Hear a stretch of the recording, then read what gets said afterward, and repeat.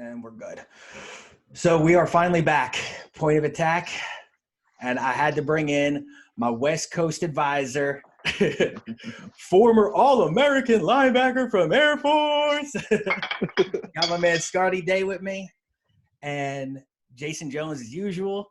And we're going to do a debate that we've been looking to do for a while. Who is the GOAT?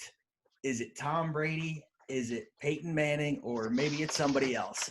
But we finally want to break this down and talk about it.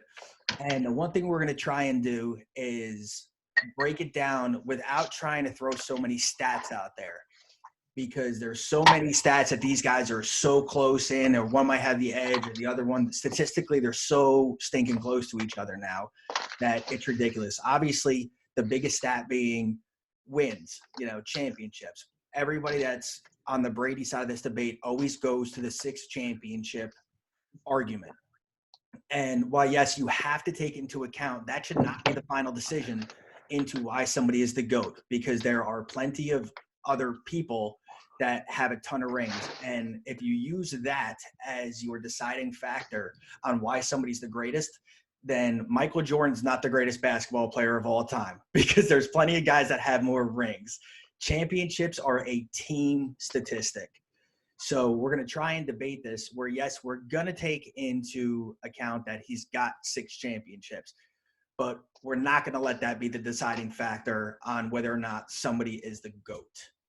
So, Scotty, why don't you start us off and give us some opinions on what side you're on and why.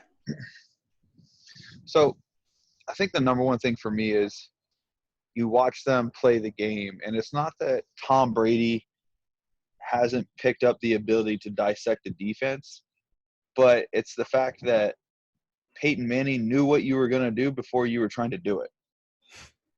Peyton Manning was able to say, oh, okay, I know they like to run, Tampa 2 on 3rd and 12 in the third quarter because that's their defensive adjustment if somebody's beating them over the top, right? Or beating them in the middle with the seam in the middle, right? They have that good linebacker, they can do it. So then he's just going to change it into whatever he knows is going to beat that. And just personally, I like my quarterback to be like that more, right? If you're going to pick a quarterback and you're going to want a guy who's as cerebral can be on the field, right? You want another coach on the offense, right? There's plug-and-play guys, system guys, and all of them have their benefits, right, pros and cons. But if you're going to pick the prototype quarterback to win in the NFL, you're picking Peyton Manning every time. And people who say they pick Tom Brady are basing it on the end of his career, which is fine, but put Tom Brady without Bill Belichick, and maybe Tom Brady doesn't even play for 20 years, right? Maybe Tom Brady plays for 11 because he's been hit so many goddamn times, he's done. Yeah. Yeah, and we did do There's a just video. so many other things, just like you said, when you talk about the championships, it's like, yeah, it's hard. Peyton Manning got – he got 2? Was he 2 for 4 or 2 for 3? He was 2 for 4, but the biggest thing, he was 2 for 4 with 4 separate coaches. Yeah. Yeah. Yeah, John Fox, Gary Kubiak, Tony Dungy, and Jim Caldwell. He went to the Super Bowl with all of them, and he won 2 of them. Yeah. So 4 different systems, 4 different offensive coordinators, 4 different head coaches. Yeah, man. I just think you see the way that Peyton approached the game, and you know how he approached it. And it's not any knock on Tom, because Tom is able to do it, but Peyton was able to do it in like year 2. Yes, and that's actually accurate. His rookie year was the only year in his career where he was a full-time starter. I'm sorry, second time. He's only had 2 losing seasons in his career. And I shouldn't even say losing. He's only had 2 seasons with less than 10 wins. One was his rookie year, and the other one was year 4. By his second year, he was already winning 13 games. Yeah. And he took over a team that was an absolute dumpster fire joke of the league, hence why they had the number 1 pick in the draft, because they were terrible. And he did it with less talent.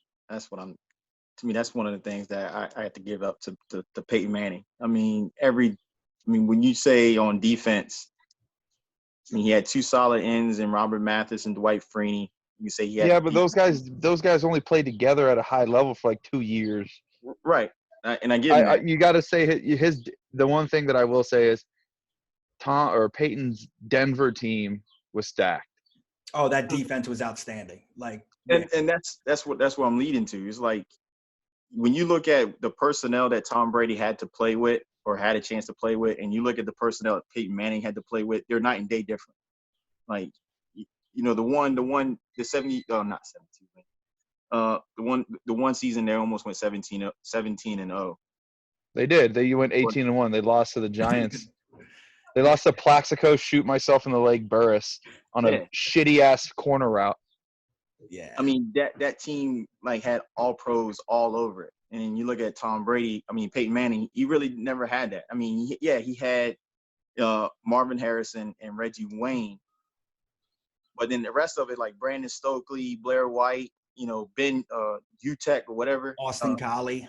Yeah, Dallas Clark, those kind of guys, like no one knew about. There weren't like blue chippers out of your lottery pick, players out of schools. They were like mid-round gems that he found that they were excellent when they were in Indianapolis, and as soon as they left and went somewhere else, you never heard of them again. Well, that I think can be an argument for both of them. I think because they've had such long careers, both of them, throughout their careers, I think they both have had certain teams, certain years where they have had really good players. And then they've had certain years where they didn't have such good players and they had to turn guys into superstars. Like nobody knew who Demaryius Thomas and these guys were when he got to Denver until he got there and, blew up with them. And the same thing with Brady. Nobody knew who the hell Wes Welker was and Julian Edelman until they started to blow up with him. So I think that portion, the player-wise, they both – I don't think either one of them had ever had a seriously stacked team. The only thing I'll say is Brady has always had a better defense than Peyton Manning ever had. Unless you go into the very last year of Peyton's – the very last 3 years of his career with that Denver team, those defenses were out of control. But going up to that, the Colts never had a good defense. And the highest rated they were was like 15. Yeah, and 18. Belichick was known for having solid defenses. And that's the other thing. Tom Brady, let's not forget, took over a team that 2 years prior was in the Super Bowl and lost with Drew Bledsoe. They were a winning team when he took over. So, yes, he walked into a better situation, which is why I also give that situation more to Peyton Manning because he was able to turn a very nothing franchise into, a perennial powerhouse for the next 14 years. But I think they both were on that same kind of slant where it's like certain years they had really, really good players and then other years, they really had to make a lot happen with not a lot around them. Yeah, and I think another thing that you got to remember is you're talking about arguably the number 1, 2, or 3 quarterback to ever play the game. Oh. He damn well better make people around him better. Absolutely. Mm-hmm. So they both did it. Yes. I think you see more of a consistency with Peyton Manning, right? Because he started doing it 10 years before, and I say consistency with, he had his guys longer because free agency didn't start to blow up until the mid to late 2000s, where dudes would just hop on any cash cow they could get. In the mid 90s, you weren't making bank unless you were a top 3 guy. Yeah. And now guys can go have one good season and go cash in and never play again, and they still get 40% of their money or whatever they get guaranteed. So yeah, I think Jonesy, you do bring up a good point though that they both did have to turn relatively unknown players into pretty much household names for a couple seasons. But to me, the one thing I say with Peyton though, Peyton was the guy where if he had an off day, they lost. Yeah. Or even a Tony Romo situation where 9 times out of 10, like he had to have that perfect final drive. Because there were so many games like watching Indy play where they would drop 40 points and lose. Just because you imagine that would come down there and in a forced situation have to force feed the ball to Reggie Wayne or Marvin Harrison, and he throws a pick because everyone knew where it was going. It was going to one of those 2 guys. So, you set your defense up to bracket them. Nothing you can do, and on top of maybe Tariq Glenn and Jeff Saturday, those are the only 2 decent offensive linemen he had. Like one of the biggest problems that put Peyton in the spotlight as far as being able to read a defense and diagnose what they want to do before they do it, where you hear commentators like, yo, is Peyton Manning in the defensive huddle?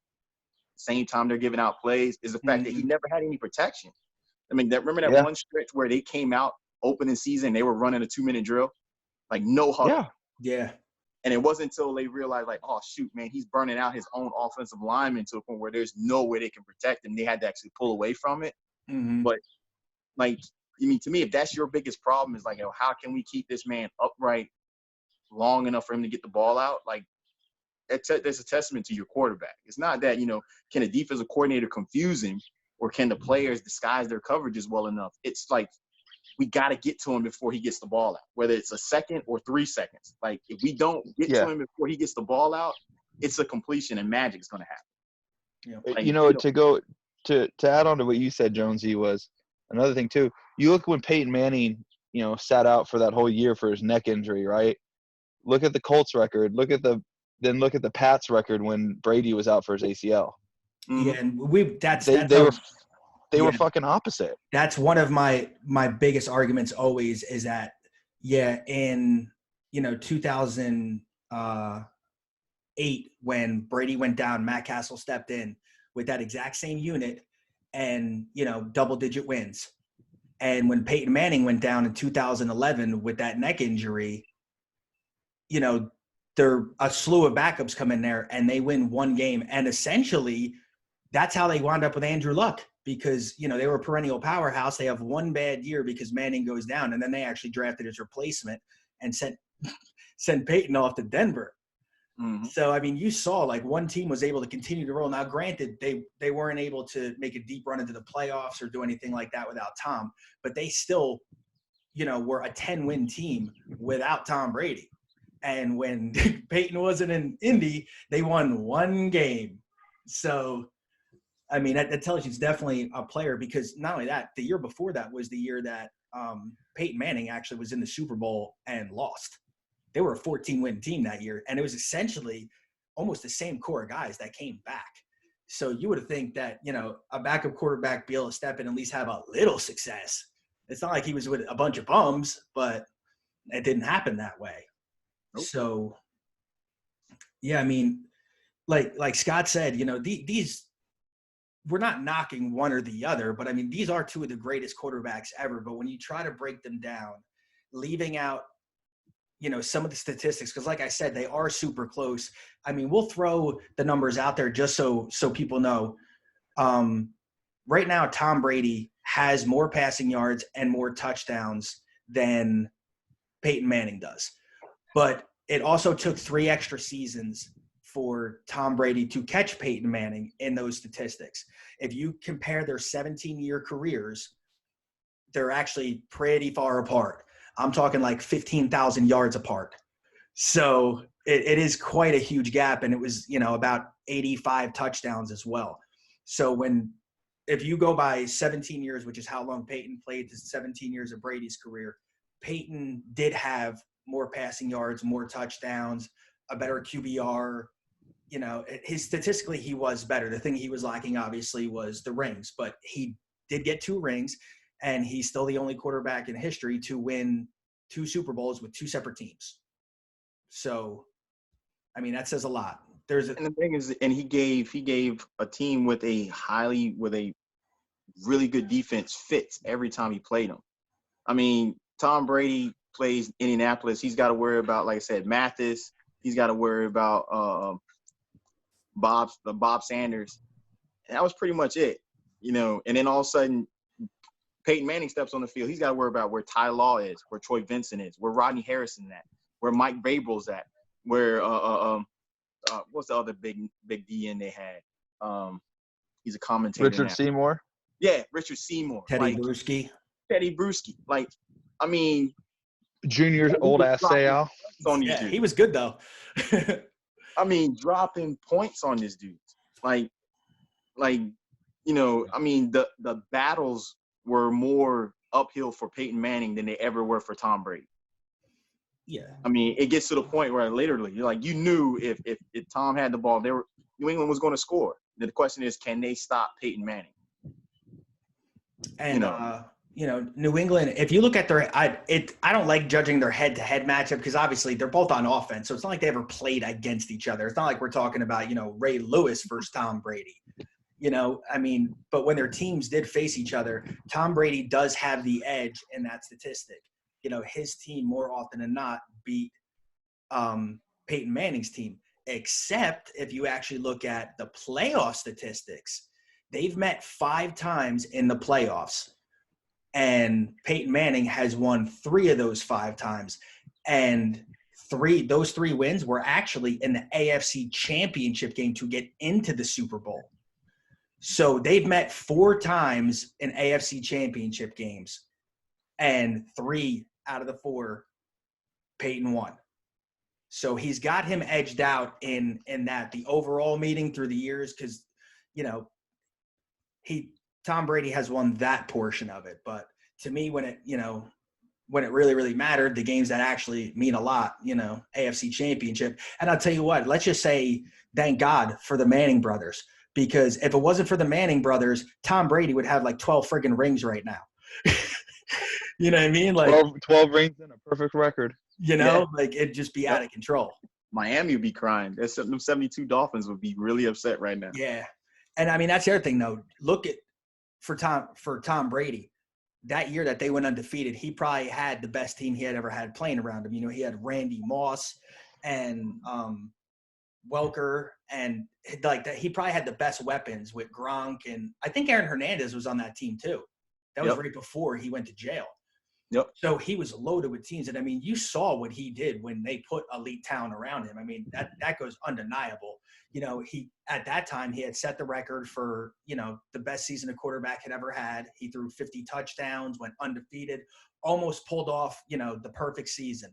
It just didn't work out that way. He wound up getting tripped up in the Super Bowl, lost a game that probably shouldn't have, but they did. But you saw the type of numbers he put up with elite talent on him. And it's almost like the exact same thing. You look at Peyton Manning when he finally gets to Denver with that outstanding offense. Something happened to Scott. With that, I'm just checking something really quick.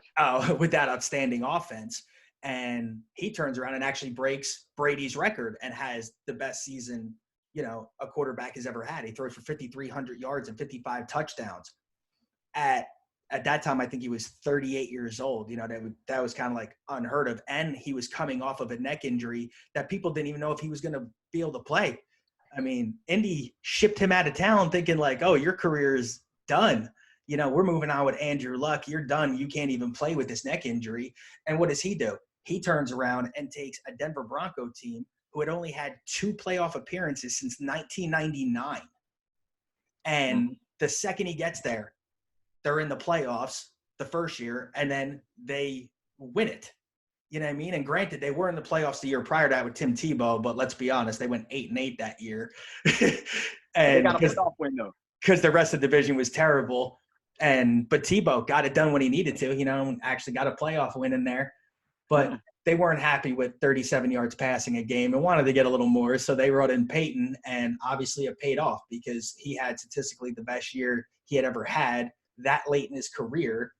And granted, that one didn't end the way he wanted it to, but the following year it did. And, again, being super injured, I said it, one of the most impressive seasons that I watched Peyton wasn't one of these years that he was lighting it up and throwing for 5,000 yards and 50 touchdowns. It was actually in that last year where he was hurt. And, he started the season and he went 5-2 and then had that foot injury, and also his neck was bothering him. Brock Osweiler stepped in and played the rest of the season, and they went 12-4 combined with both of them. Osweiler lost 2 games and Peyton lost 2 games. But going back to Scott's point, he was so cerebral on the field, and once you saw his body break down, and it was crazy to watch, like, his body was betraying him. He couldn't make the throws he needed to make because of his neck. Obviously, he was never mobile to begin with, but now he's got a bad foot. And to watch him go into the playoffs, and they beat the Steelers, they beat the Patriots, and then go to the Super Bowl, and they were all super, super tight games. they beat the Steelers 23-16. That was a really, really tight game. And then they beat the Patriots 20-18. And I remember there was a play in that Patriots game in the fourth quarter where it looked like, oh, wow, Denver's running out of steam. They're going to wind up giving this ball back to Brady, and he's going to, get a last friggin' second drive to win this game. And it was a 3rd and long. And I remember Peyton came to the line, and whatever play was called, he didn't like. And I remember he audibled out of it and got just enough yards to pick up that first down. And I remember thinking it was that type of play because I remember it was like, oh, Brock Osweiler could have won it for them. They didn't even need Peyton. And watching that, I was like, absolutely not, because it wasn't so much what he was doing with his arm. It was what he was doing with his mind. When everybody else was playing checkers, he was playing chess, and he saw 3 plays ahead and was able to manipulate the defense and move people around and audible to pick up the little yards. So I was more impressed by what he was doing mentally in that game than what he was doing physically, because you guys know just as much as anybody, Scott, definitely playing, being able to play Division I football, you understand sometimes it's not making the big play to win the game. It's making sure you don't make the mistakes to lose you the game. Mm-hmm. And he was phenomenal about managing the game, even when his body wouldn't let him play the way he wanted to. He managed the game and made sure he kept his team in it and didn't put his defense in bad situations. That was the most impressive thing for me to watch, was late in his career when his body couldn't take it anymore. And he did have to use his mind and was still able to perform with half a damn arm and no foot. So. See, ultimately, it kind of leads you to that question, though. Like, before you can even answer the question of who you believe the GOAT is if you were to take those 2 quarterbacks and flip them around, would they have the same success? You put Tom Brady on that Indianapolis Colts team, would he have had the same amount of success he had in New England? I think at most he has 75% of the success. I think I'd have to agree with that, honestly. I don't think he would have had the same success that Peyton did, because I don't think Tom developed the mental aspect until later in his career, where Peyton had it from day one. Well, you look at what Tom Brady's always thrived in, which is play action pass. Mm-hmm. And no knock on that, but if there's fucking 8 dudes in the box and you've been killing them all day on the run, you do a great play action pass, it's not like it's a contested catch. The dude's open. You just got to be able to throw a football to an open dude, usually with no pressure. Mm-hmm. Right? Absolutely. Just like you said, Tom's second half of his career, his 10 years, is more comparable to Peyton's. That's where he's doing the cerebral shit. He's 5 plays ahead. He knows what you're gonna do. But the initial part of his success wasn't there. And just like I said, Peyton was doing it in year 2. Yep. Mm-hmm. Absolutely. And I see Peyton having the same or similar success as Tom with Bill for 20 years.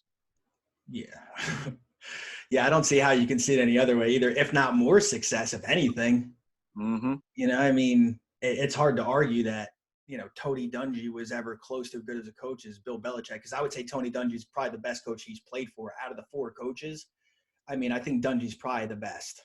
And then probably John Fox, and then, Caldwell and Gary Kubiak. Honestly, I feel like he just, he was like the Barry Switzer stepping in. Yep. The team was already a Super Bowl team and just kind of making sure it didn't implode. Yeah. And it is, this debate is so hard because obviously they're both so good, and some people would just get ultimately fixated. Oh, well, he's got 6 rings, so that's a wrap. Coulda, shoulda, woulda. Yeah, but his head coach has 11. Yeah. Fuck out of here. His head coach. Yeah. Yeah, and that's what's great about this year. We're actually going to be able to answer a little bit of these questions. Now, granted, I said I wish it would have happened 5-6 years ago when Tom still was, in his prime age-wise. I would have liked to have seen this move then, because honestly, it's kind of not fair to Tom. And I said at the same time, no matter what happens in Tampa Bay, Tom's legacy is cemented. I don't care if he doesn't win a game in Tampa Bay. This is not going to change the fact of what he accomplished in New England. I don't care. but at least we are going to get a little bit of, okay, what does this look like when these two aren't together? Is Bill Belichick going to turn Stidham into the next one and they're going to be awesome and not skip a beat? Is Brady going to, I think Brady's going to probably, if not one of the most talented teams he's ever been on. Definitely. So, I mean, he could have an absolute crazy year. He could, but if they keep standing up. Yeah, but look at the division he just went to. Yeah, that's the tough part. That is the tough part. No offense, but the NFC, I mean, the AFC's got two teams. Mm-hmm. It is either the Ravens or the Chiefs. Okay, you can sprinkle some dark horses in there. Yeah, the NFC's got 4 or 5 teams that could play in the Super Bowl, and you'd be like, yeah, that they deserve to play in the fucking Super Bowl. Yeah. Your division has 3. Yeah, you got 2 from his division. You got Green Bay, so you got 3, and then you got at least Seattle and the Niners, and then you probably got the Cowboys too. So you got 6 teams, bare minimum. Yeah. That could play there, and then you go in the AFC. You go to the AFC. I look at Baltimore, the Chiefs, and then I feel like the AFC's always been that way. It's always been like when Peyton and Tom were there, it was always those 2 teams, which one's going to the Super Bowl. And for a very long time, it was one or the other. So, and then you throw the Steelers in there every now and again too, like it's always been like a 3-team race in the AFC. Yeah. Yeah. I think the discussion is very hard. And obviously it's also opinion based, It's all going to be on how you feel and what you like when you look at a quarterback. What kind of quarterback do you want? And there's certain things, people can also say like, all right, well, Tom Brady has been more clutch than Peyton. You look at Peyton numbers in big games versus Tom Brady's numbers in big games, and it's all like, all right, well, they're still very comparable. And, I thought it was funny because one of Tom Brady's nicknames is, the comeback kid, which makes no sense to me because Peyton Manning has more comebacks and game-winning drives than Tom Brady does.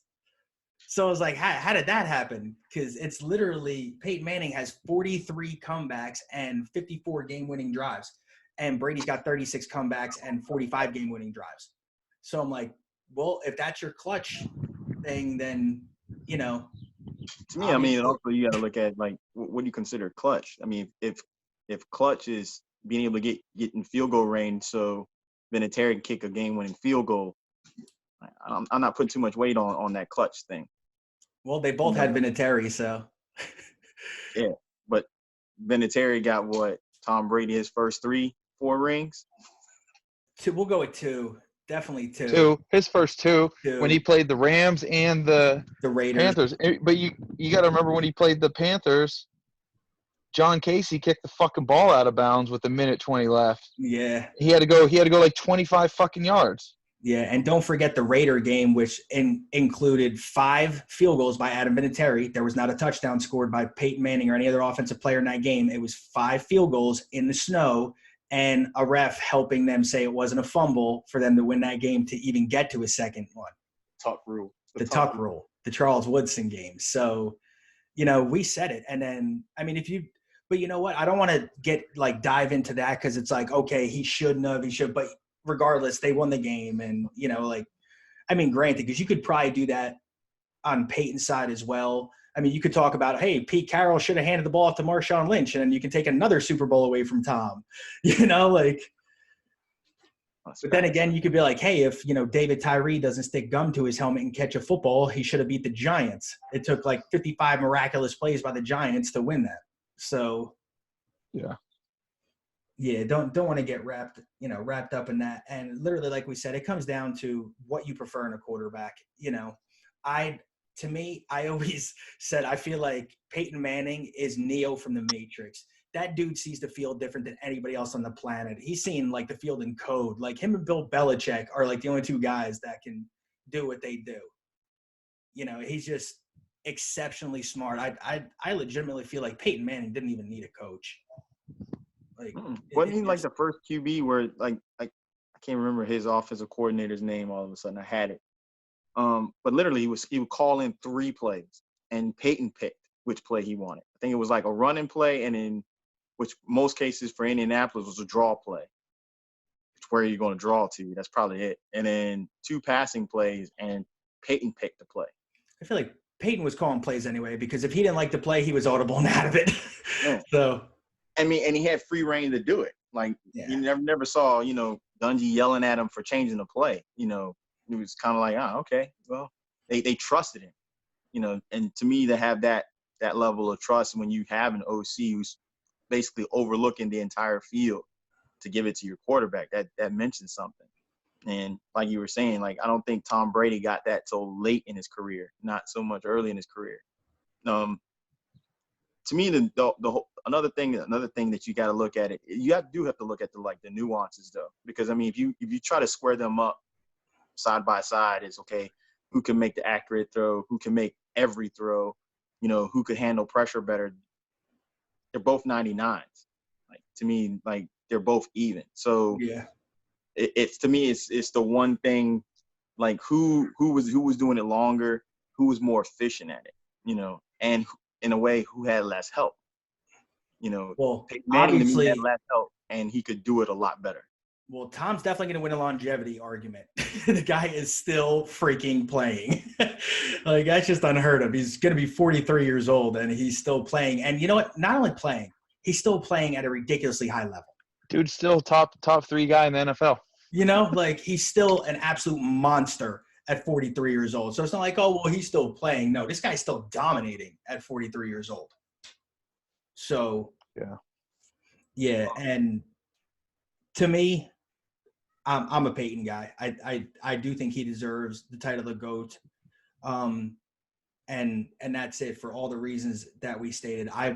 Scott had mentioned it earlier. He wants a QB that is, super smart. And granted, you want to be athletic, but at the same time, I will take brains over athleticism every day of the week, because you can figure out ways to play when your body starts to fail. And Peyton was able to do that. But you want football smarts. Because, I mean, like, Ryan Fitzpatrick is super smart, but he ain't having nowhere near the success Peyton Manning's having. Yeah, well, he went to Harvard, but yes, of course I want football smart. Thanks, Jones. Hey, no problem. Making sure. Be here all week, huh? Hey, I did take that Wonderlic test. I didn't do so good. No, I'm joking. Actually, what did you get? I got 32. Oh, no, that's right on par with what they say quarterbacks score anyway. So. Oh, okay. I thought. Except for Jalen Hurt. Scored like him and Tua scored like a 10, or not that low, but like a fucking 14 and something else. 16. Jamarcus Russell scored a 6. Remember that? Jamarcus Russell is as smart as a goddamn potato. Yeah. I've seen – actually, there was a bunch of quarterbacks. There was another – remember Jalen Ramsey? I wanted Jalen Ramsey really bad. He scored like an 8 on the Wonderlic test. And they were just like, who cares? He's football smart. It doesn't matter if, anything else. That test is – I don't even know. I mean, I think they should be giving it to, like, quarterbacks and maybe, like, centers and inside linebackers, just so you can see a range of how smart they are, to know how easily it will be for them to pick up, the game and the playbook. But yeah. So, all right, give me your final thoughts, Scott. I'm biased. I take Peyton all day, every day. But it's like picking between, like a Ferrari and a Lamborghini. It's going to come down to personal preference, right? Yep. Dudes are just straight up ballers. You're going to win a lot of games and multiple championships with both. I just prefer the guy that you just can be hands off, right? And it's like I had the same experience. So when I coached my first year of high school football, I had a 4-year starter. We're going to his 4th year as a senior in the offense, right?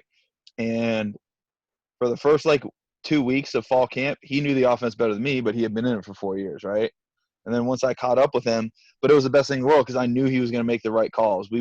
We gave him – well, I had to talk my head coach into it, but I was able to give him a lot of leniency and audible and adjustment stuff because I trusted him, because I knew he was going to make the right call, because not only did we practice it, but he practiced it on his own, and he just got it. Okay. You know, I ended practice like 3 or 4 times last season because I had a first-year dude playing quarterback. He was a great athlete, had all the things. He was pretty football smart, but he still just didn't have it all the way together. And Okay. you know, it hurt us a little bit throughout the season, but it's just, you know, I prefer to have a dude where you just don't need to think about it. Okay. Jonesy? Yeah, same sentiment. I want a guy that it doesn't you can't put a crutch on him. Like, he can run that offense and he can actually break down your defense, you know, effortlessly. And like you say, 9 times out of 10, he makes the right call, makes the right decision. You know, where it takes something like, honestly, something on the offensive side to mess it up. You know, receiver running a wrong pattern, or, you know, receiver falling down, and that's how the pick happens. It like with Peyton Manning, man, there was nothing that he could not do in his prime with an offense. And no matter what the personnel was, you could give him anybody, and you're basically a 12, 11, 10 win team. Absolutely. Yeah, I obviously I'm right with you. You know, just the caveat on both you said. I'm feel the exact same way. I want a guy that I can be very hands off with, and adaptability. That's the other thing I want. I want a QB that, you know, is smart enough and can adapt to anything. And, you know, in a league where they thrive on consistency, you know, like Tom Brady was able to have the same program for 20 years, which obviously will make it so much easier for you to be successful. Now, I don't know if he can be adaptable. We're about to find out, but I love the fact that Peyton was so adaptable. I mean, 4 head coaches in his career, 4 different offensive schemes, and he was successful in every single one of them. So he was able to adapt in every single scenario that they happen to put him in with any coach they put him with. So yeah, in my book, he will go down as the GOAT. I think we can all agree Tom Brady's absolutely had the more successful career. Oh, but as an individual football player, yes, I will take Peyton Manning over Tom Brady every day of the week and twice on Sunday. He's just I think the better overall football player. So, anybody else got anything? Last thing I want to say, and we've said it a couple times, but for as much controversy as this topic goes, you're picking, like, just like I said, a Ferrari or a Lamborghini. You're picking 2 dudes who do things better than 99.9% of people who have ever done it before, and it's just going to come down to which guy you think did the certain things that you like better. Absolutely. Yeah, couldn't agree more. I said it's just an opinion-based thing. And I tried hard to get somebody that was like super hardcore on the Tom Brady side of it. But I also wanted somebody that would be, you know, like unbiased. And I only know a few Patriot fans. Most of them have been into me like, yeah, I can't be unbiased about this. And then a couple of the other guys that actually weren't Patriot fans didn't really have a good reason when I asked them, like, hey, why do you like him more? They were just like, I don't know, I just do. And I was like, well, no actual reason. You just do? Like, okay. So, but hope you guys enjoyed the video. As usual, you know, leave us some comments. Let us know if you think we're absolutely crazy. Break it down. Tell us why we're wrong and why, you know, Brady's the GOAT. And I think we accomplished what we were talking about, though. It call them both the GOAT. They're the GOATs because they are. So in the comments, but appreciate you guys watching, and we will be back with another video, and maybe we'll break down greatest linebacker of all time. Scott would love that one. Be a good one. So appreciate you guys watching. Catch you later. Thank you, Scotty, for being part of it.